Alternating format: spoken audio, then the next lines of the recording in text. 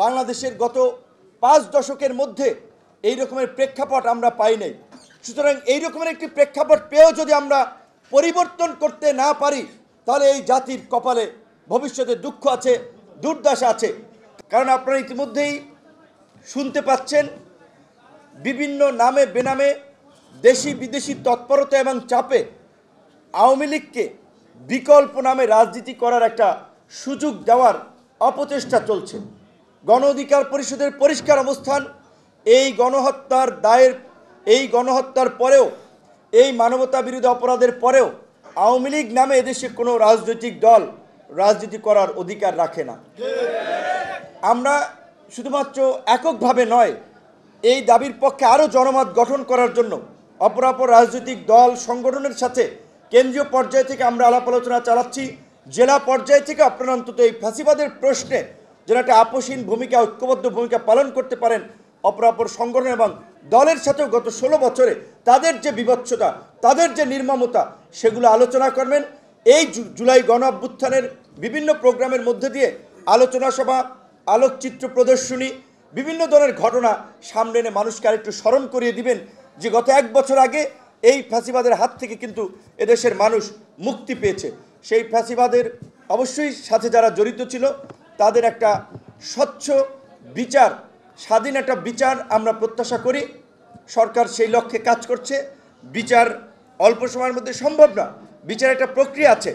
আপনারা শুনেছেন যে লন্ডনে বাংলাদেশের একটি প্রধান রাজনৈতিক দল তার প্রধানের সাথে মিটিংয়ে প্রধান উপদেষ্টা কিন্তু পরিষ্কারভাবেই বলেছে যে বিচার এবং সংস্কারকে যদি এগিয়ে আনা যায় কিংবা কাঙ্ক্ষিত অগ্রগতি হয়, তবেই ফেব্রুয়ারিতে নির্বাচন হতে পারে। নির্বাচন ফেব্রুয়ারিতে হোক, ডিসেম্বরে হোক কিংবা এপ্রিলে হোক, নির্বাচন নিয়ে আমি মনে করি এই বিপ্লবীদের এই গণ অভ্যুত্থানের অংশীজন হিসেবে গণ অধিকারের এখনই মাথা ব্যথা থাকা উচিত নয়। আমরা পরিষ্কারভাবেই মনে করি নির্বাচনের আগে এই বিচারের কার্যকর অগ্রগতি এবং আমরা যেই পরিবর্তনের জন্য লড়াই করেছি, সেই পরিবর্তনের জন্য সংস্কার এবং বিচারের দিকেই আমাদের সবচেয়ে বেশি গুরুত্ব আরোপ করা দরকার, আমাদের জোরালো অবস্থান থাকা দরকার। তাই পরিষ্কারভাবেই আমরা আপনাদেরও মতামত জানতে চাই যে এই সমস্ত বিষয়ে আপনাদের মতামতটা কি। যেই কারণেই কিন্তু আপনাদেরকে এইখানে আজকে ডাকা হয়েছে। আপনারা ইতিমধ্যেই লক্ষ্য করছেন জাতীয় ঐক্যমত্য কমিশনের আলোচনায় আপনার রাষ্ট্র সংস্কারের বিভিন্ন গুরুত্বপূর্ণ বিষয় নিয়ে আলোচনা হচ্ছে। সেখানে বেশিরভাগ রাজনৈতিক দল একমত যে আজকে শেখ হাসিনা একাধিকবার টানা ক্ষমতায় থেকে দেশকে স্বৈরতন্ত্রের দিকে নিয়ে গেছে। ভবিষ্যতে যেন শেখ হাসিনার মতো কোনো স্বৈর শাসক তৈরি না হয়, সেজন্য 2 মেয়াদ কিংবা 10 বছরের বেশি কেউ প্রধানমন্ত্রী থাকতে পারবে না। ক্ষমতার ভারসাম্য আনয়নের জন্য জাতীয় সাংবিধানিক পরিষদ বা ন্যাশনাল কনস্টিটিউশনাল কাউন্সিল বা এনসিসি গঠনের একটি আলোচনা চলেছিল।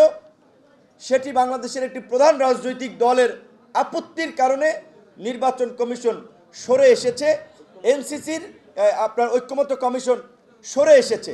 তারা সরে এসে সেই এনসিসির যে ক্ষমতা ছিল সেটিকে কমিয়ে তারা অল্টারনেটিভ একটি প্রস্তাব গত আলোচনায় নিয়ে এসেছে। সেটি হচ্ছে যে সাংবিধানিক ও সংবিধিবদ্ধ প্রতিষ্ঠানের নিয়োগে সরকারি দল, বিরোধী দল এরকম একটি সমন্বিত কমিটি থাকবে, যেই কমিটি এই সাংবিধানিক এবং গুরুত্বপূর্ণ প্রতিষ্ঠানগুলোতে নিয়োগ প্রদান করবে। তার মধ্যে আমরা প্রস্তাব করেছি দুর্নীতি দমন কমিশন, অ্যাটর্নি জেনারেল, নির্বাচন কমিশন, মানবাধিকার কমিশন, মহাহিসাব নিরীক্ষক, এইরকম 5 থেকে 7টি গুরুত্বপূর্ণ পদ, আইজিপির মতো গুরুত্বপূর্ণ পদ, অর্থাৎ যেই পদগুলোকে ব্যবহার করে রাষ্ট্র স্বৈরতান্ত্রিক হয়ে ওঠে, রাষ্ট্রের একটি নিপীড়নমূলক চরিত্র গড়ে ওঠে, সেই ব্যবস্থার পরিবর্তনের জন্য আমরা এনসিসির পরিবর্তে এই সাংবিধানিক ও সংবিধিবদ্ধ প্রতিষ্ঠানের নিয়োগ, এটিতেও আমরা একমত হয়েছি। এটিও যদি হয়, ক্ষমতার ভারসাম্য এবং আমরা যে দীর্ঘদিন ধরে বেশ কিছু রাষ্ট্রীয় প্রতিষ্ঠান গড়ে তোলার জন্য, প্রতিষ্ঠানগুলোর স্বাধীনতা এবং স্বকীয়তা নিশ্চিত করার জন্য আন্দোলন করেছি, কথা বলছি, সেটিও আমি মনে করি একটি লক্ষ্যে আমরা পৌঁছাতে পারব। আমাদের দলের 2021 সালে আমরা যখন ঘোষণা করি, তখনই কিন্তু আমাদের ঘোষণা ছিল সংখ্যানুপাতিক হারে নির্বাচন। আপনারা ইতিমধ্যেই লক্ষ্য করেছেন, আপনার কয়েকটি দল ব্যতীত বেশিরভাগ দল আনুপাতিক হারে নির্বাচনে একমত। আনুপাতিক হারে নির্বাচন হলে কি আপনারা জানেন, যেই দল যত পার্সেন্ট ভোট পাবে সংসদে তাদের তত পার্সেন্ট প্রতিনিধিত্ব থাকবে। অর্থাৎ ধরেন কোনো বড় দল যদি 40% ভোট পায়, বাংলাদেশের যদি বিদ্যমান 300 আসন থাকে, সেই দলের 120 জন সংসদ সদস্য থাকবে। কোনো দল যদি 5% ভোট পায়, তার দলের 15 জন সংসদ সদস্য থাকবে। এটি অত্যন্ত একটি উত্তম প্রক্রিয়া, কিন্তু একটি প্রধান রাজনৈতিক দলের বিরোধিতার কারণে এই জাতীয় ঐক্যমত্য কমিশন সেই দিকে যেতে চাচ্ছে না। তো এখন দেখা যাচ্ছে যে প্রধান প্রধান সংস্কারগুলোতে কোনো রাজনৈতিক দলের আপত্তিকে বিবেচনায় রেখে এই গণ অভ্যুত্থান এবং জন আকাঙ্ক্ষার পরিবর্তনকে জাতীয় ঐক্যমত্য কমিশন পাশ কাটিয়ে যাচ্ছে। তাই গণ অধিকার পরিষদের পক্ষ থেকেই আপনাদের এই মতামত, আপনাদের যদি সংস্কারের প্রশ্নে জোরালো অবস্থান থাকে, বিভিন্ন রাজনৈতিক দল ইতিমধ্যেই ঢাকায় যে সমাবেশ করে তাদের এই পরিবর্তন এবং সংস্কারের পক্ষে জনমত জানান দিচ্ছে, প্রয়োজনে আমরাও সমাবেশের মাধ্যমে আমাদের এই সমর্থন এই সরকার তথা জাতীয় ঐক্যমত্য কমিশনকে আমরাও জানান দেব।